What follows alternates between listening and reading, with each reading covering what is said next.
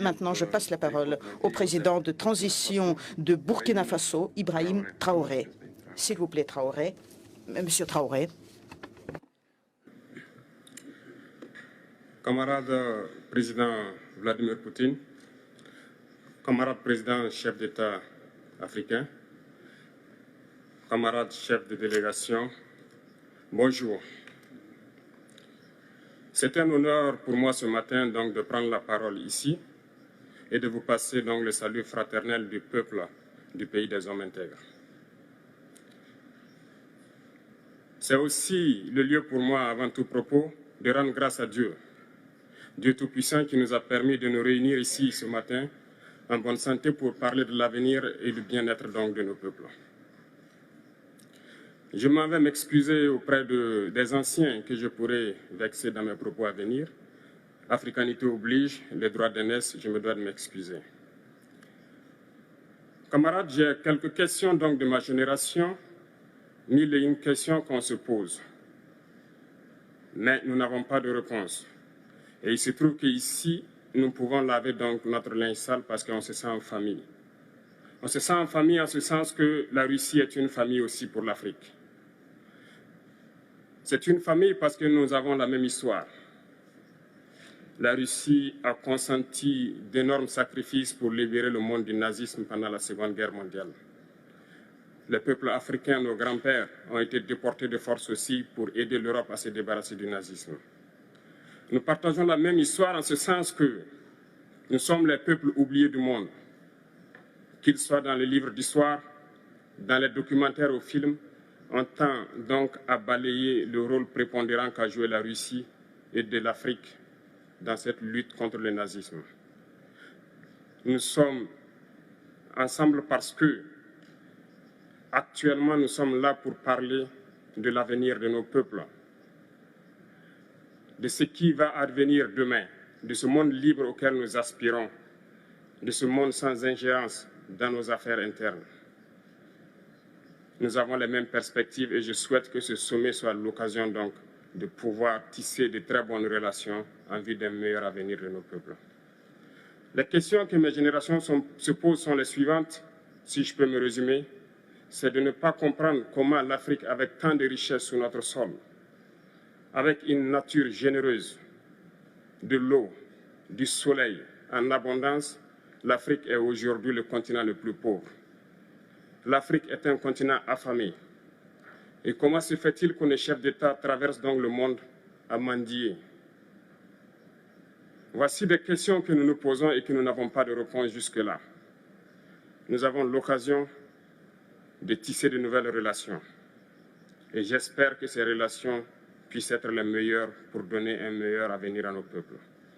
Ma génération me charge aussi de dire que, par ce fait de pauvreté, ils sont obligés de traverser l'océan pour essayer de rallier l'Europe. Ils meurent dans l'océan. Mais que prochainement, ils n'iront pas traverser parce qu'ils viendront devant nos palais pour chercher leur pitance quotidienne. Pour ce qui concerne le Burkina Faso, aujourd'hui, nous sommes confrontés depuis plus de 8 ans à la forme de manifestation la plus barbare, la plus violente du néocolonialisme, de l'impérialisme.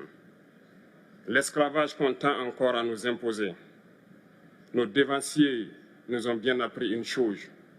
L'esclave qui n'est pas capable d'assumer sa révolte ne mérite pas que l'on s'apitoie sur son sort.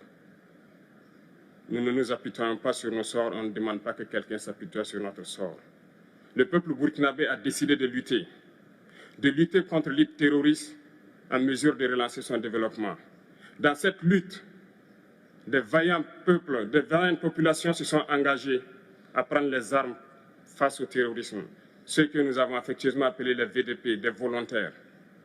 Nous sommes surpris de voir les impérialistes traiter ces VDP de milices et de tout type. C'est décevant, parce qu'en Europe, lorsque des peuples prennent les armes pour défendre leur patrie, on les traite de patriotes. Nos grands-pères ont été déportés pour sauver l'Europe. Ce n'était pas avec leur consentement, contre leur gré. Et bien au retour, on se rappelle bien qu'à Tiaroy, lorsqu'ils ont voulu revendiquer leurs droits élémentaires, ils ont été massacrés. Cela ne fait rien donc. Lorsque nous, peuple, nous décidons de nous défendre, on nous traite de milices. Mais là n'est pas le problème. Ce qui est le problème, c'est de voir des chefs d'État africains qui n'apportent rien à ces peuples qui se battent, mais qui chantent la même chose que les impérialistes en nous traitant de milices, en nous traitant donc d'hommes qui ne respectent pas les droits de l'homme. De quels droits de l'homme parle-t-on? Nous nous offusquons contre cela et c'est honteux.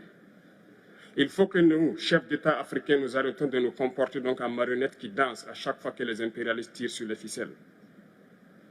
Hier, le président Vladimir Poutine a annoncé donc l'envoi de céréales en Afrique. Nous sommes bien contents. Nous lui disons merci pour cela. Mais aussi, c'est un message passé à nous, chefs d'État africains, parce qu'au prochain forum, nous ne devrons pas venir ici sans avoir assuré, pour ceux qui ne connaissent pas la guerre, l'autosuffisance alimentaire de nos peuples. Nous devons prendre l'expérience de ceux qui ont pu déjà atteindre cela en Afrique, tisser de bonnes relations ici et tisser de meilleures relations avec la Fédération de Russie pour pouvoir assouvir les besoins de nos populations. Je ne serai pas peut-être long, le temps imparti est très court. Nous sommes obligés de nous arrêter à un moment donné. Mais je voudrais terminer en disant que nous devons donc rendre hommage à nos peuples qui se battent. Gloire à nos peuples, dignité à nos peuples, victoire à nos peuples. La patrie ou la mort, nous vaincrons. Merci, camarades.